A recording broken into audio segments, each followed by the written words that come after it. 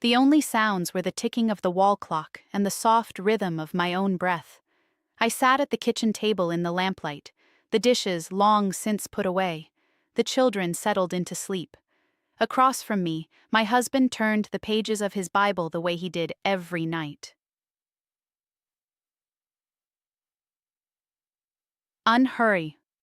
Hurried, composed, with the bearing of a man who had never entertained a single crack in his faith. I had been carrying those words inside me for 3 weeks. I had turned them over while pinning sheets to the line, while working dough beneath my palms, while lying awake beside a man I had come to fear. That night, at last, I let them out. I told him I wanted to leave the marriage. He kept his eyes on the page. He said I didn't understand what I was saying. And in the stillness that followed, something became clear to me that I had not fully grasped before.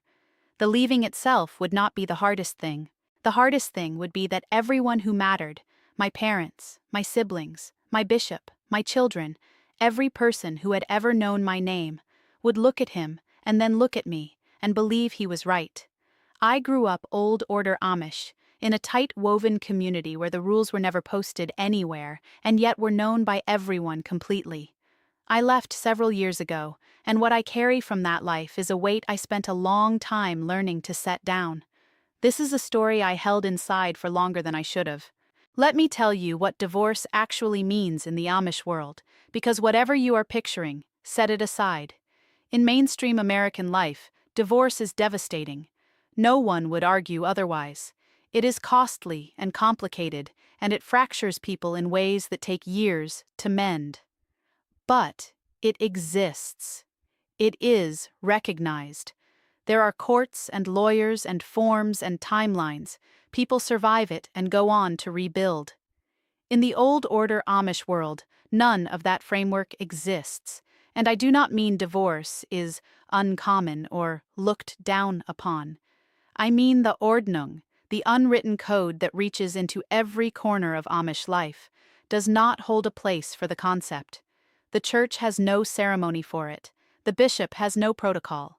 The community has no word for a woman who looks at her marriage and decides she cannot remain inside it. What there is, instead, is the language of sin, of pride, of hokmut. When an Amish woman arrives at the point of wanting out, she is not embarking on a legal process. She is standing at the edge of a complete unraveling. Her faith, her home, her family, her children, her sense of who she is in the world.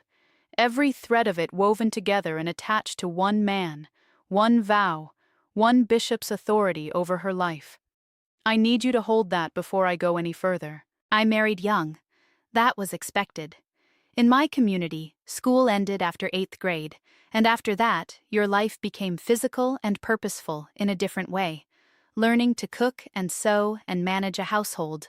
Learning to become a wife before you were old enough to understand the full weight of the word. Courtship moved quickly.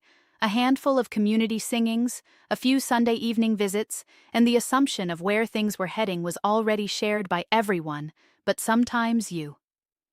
I was baptized before my wedding day, which meant I had given my word to the church before I gave it to my husband. In the Amish understanding, those two promises are not separate things. They are one and the same. To unravel one is to unravel the other entirely. The early years were hard in the ways early marriage is always hard. A new home, a new rhythm, children coming before we had fully understood one another.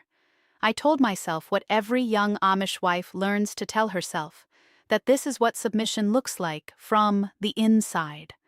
That faithfulness feels like endurance, that to keep going is itself a form of holiness. But there is a difference between a marriage that is difficult and one that is simply wrong. It took me years to understand that difference. Years of mornings where I woke to a feeling I had no name for. Not tiredness, something heavier than that. The silence inside our house was not the silence of peace. It was the silence of everything that could not be spoken. When I finally said those words at the kitchen table, that I wanted to leave, what came back to me was not fury. It was something colder and more immovable, then fury.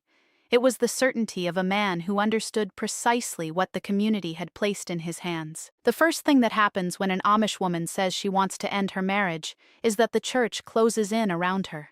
Not a family member, not a counselor, not a lawyer. The bishop. Within days of that conversation, my husband had gone to the deacon. The deacon had gone to the bishop.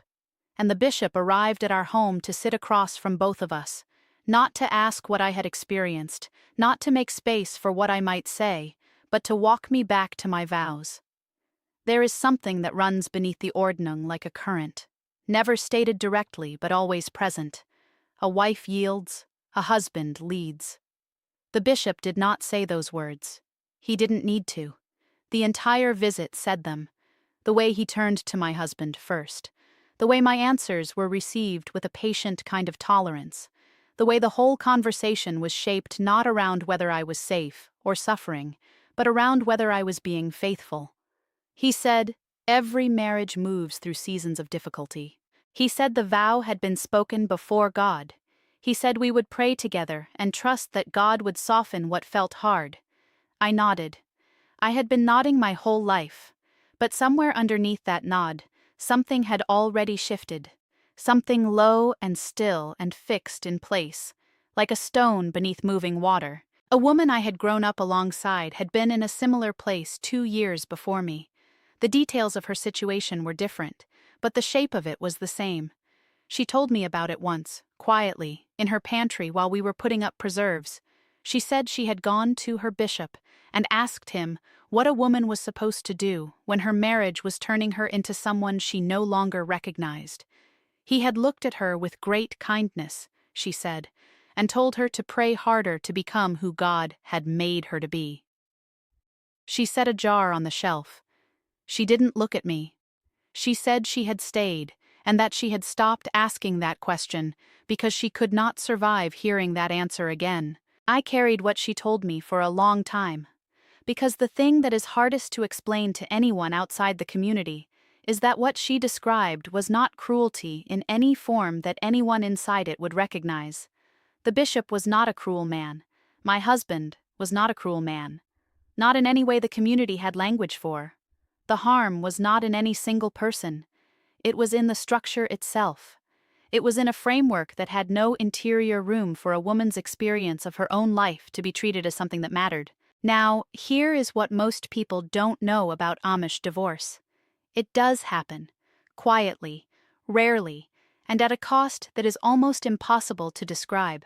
When a woman leaves her husband, the church begins moving almost immediately toward Meidung, shunning.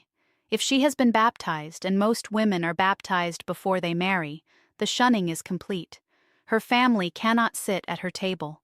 They cannot take anything from her hand. Conversation is allowed, but it carries a weight, always shadowed by the knowledge that she has broken covenant with the church. And then there are the children.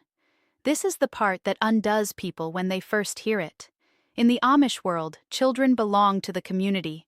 More precisely, they belong to the structure the community has put in place. When a woman leaves her marriage, she is almost always leaving her children too. Not because a court has ordered it, because the community expects it. Because the children are being raised in the faith, and a woman who has broken covenant is not seen as the right vessel for that raising. Because to take the children would mean pulling them out of the only world they have ever known. And most mothers, when they reach that moment, cannot do it. I have talked with women who left, women who climbed into borrowed cars with a single bag while their children's voices were still somewhere in the house behind them. They did not describe that drive to me as freedom. They described it as something closer to losing a limb. One woman I know left on a Tuesday morning. She had told no one except a neighbor who had quietly passed her the name of a shelter. Her youngest child was 4 years old. She held him the night before she left, she told me later, trying to learn the exact weight of him. She said she knew that if she tried to say goodbye, she would not be able to go through with it. So she left without saying it. And she told me that she has had to make peace with having chosen her own life, and that she will never be entirely at peace with it. That is the true cost of divorce for an Amish woman. Not attorney's fees, not a difficult legal process. Everything. After I spoke those words at the kitchen table, I did not leave right away. It took far longer than I wish it had. There were visits from the deacon. There were long conversations in the bishop's sitting room. There were stretches of weeks where I persuaded myself I had misunderstood my own experience, that the heaviness was my weakness, that if I submitted more completely, the quiet inside the house would take on a different quality. It didn't. What finally moved something in me was not dramatic. It was an ordinary Tuesday in November. I was at the clothesline, cold coming across the fields, my hands chapped from the water, and I thought, I have hung this washing 10,000 times. I will hang it 10,000 more. And not one of those mornings will I be permitted to name what I am feeling without being told that the feeling itself is the transgression. That morning I went inside and I dialed a phone number I had been keeping folded in the bottom of my sewing basket for 7 months. After I left, the shunning came the way everyone had told me it would. My mother's voice on the phone, gentle, never harsh, but measured in a way it had never been before, as though she were speaking to me from the far side of something she couldn't step across.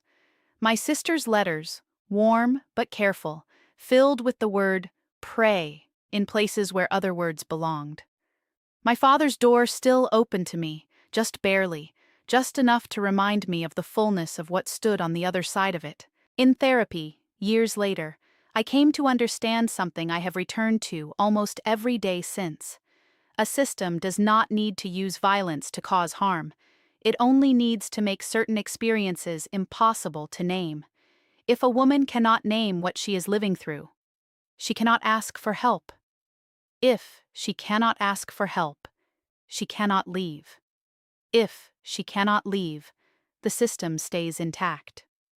My therapist said it plainly. The silencing and the structure are not two different things. They are the same thing expressed two ways. I want to say something honestly before I come to the end of this, because I am not telling this story to flatten the Amish world into a simple villain. That would be easier to tell. It would not be true. The community that could not make room for me to leave was also the community that appeared for every birth, every death, every hard season. The women who sat beside me when my children came into the world. The men who gave days of their labor when something needed building. The faith that handed me a framework for understanding life before I had developed one of my own. Those things were real. They don't erase what I've told you, but they are also real, and they deserve to be said. What I am saying is that I carry two griefs at once. I grieve for the woman who sat at that kitchen table trying to form words around something her community had decided should remain wordless, and I grieve the world she had to walk away from in order to find those words. I was not too young to carry a household. I was not too frightened to stay. I was simply a person whose inner life had finally grown louder than her ability to suppress it, and when I let myself hear it at last, when I stopped nodding and turned toward the thing that had been quietly speaking inside me for years, what it said was not angry. It was not bitter. It said only this: you are allowed to exist inside your own life. All of it. Not just the pieces that serve someone else's purposes. If you were raised in a world where leaving was called betrayal and staying was called faith, I see you. If you have ever sat at a table nodding while something deep and still inside you held its ground, you are not alone in that. The certainty you felt was not pride. It was not hochmut. It was simply you, knowing what you knew, the way a person always knows, beneath every layer of silence they have been taught to carry. If something in this story touched something you have carried quietly, share it with someone who needs to hear that they are not alone. Your life has always been yours, even in the years when every voice around you said otherwise.